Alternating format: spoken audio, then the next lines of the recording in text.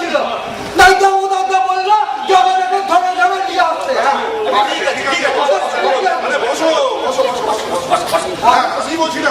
দেখুন, একটা ব্যাপারে নিশ্চয়ই আমরা সবাই একমত হবো যে কেলোকে নিয়ে এলাকায় একটা ভীতির সঞ্চার হয়েছে।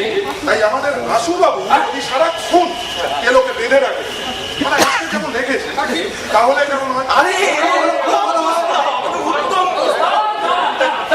ব্যাপারটা বুঝতে সারাক্ষণ বেঁধে রাখা মানে তো দিন রাত বেঁধে রাখা না। কেন সেটা সম্ভব? কেন আশুবাবু? আমি তো শুনেছি কেলোকে আপনি ছোটবেলায় সারাক্ষণ বেঁধে রাখতেন। কিন্তু ছোটবেলা আর বড়বেলা তো এক নয়। কেন? আপনি আমি আপনি তো ছোটবেলায় খালি গায়ে জাঙ্গিয়া পরে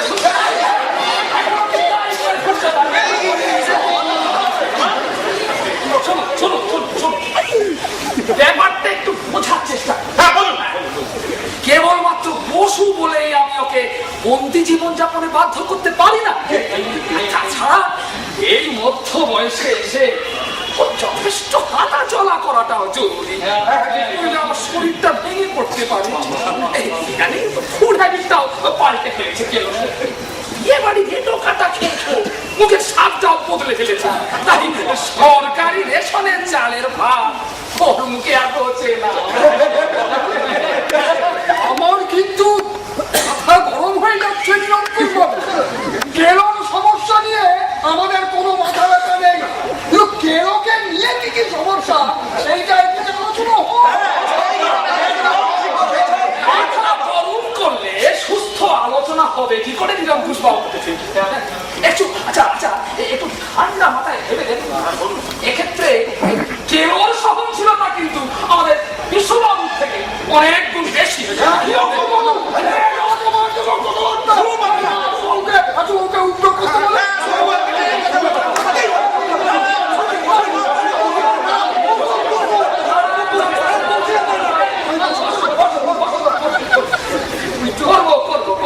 নিশ্চয়ই হ্যাঁ, তার আগে অল্প কটা কথার আমি জবাব চাই। বিশুবাবু রাস্তায় বেরোলে যদি ছেলে ছোকরার দল ওনার গায়ে অকারণে বিশুবাবু চায়ের দোকানে গেলে যদি ওনার গায়ে গরম জল ঢেলে দেওয়া হয়, কালী পুজোর দিন রাতে বিশুবাবুর লেজে ফুটে যদি ফুল ঝুড়ি বেঁধে আগুন ধরিয়ে দেওয়া হয়, অথবা স্ত্রীর সঙ্গে নিবিড় ভাবে মেলামেশা করার সময় বিশুবাবুকে যদি বাঁশ পেটা করা হয়,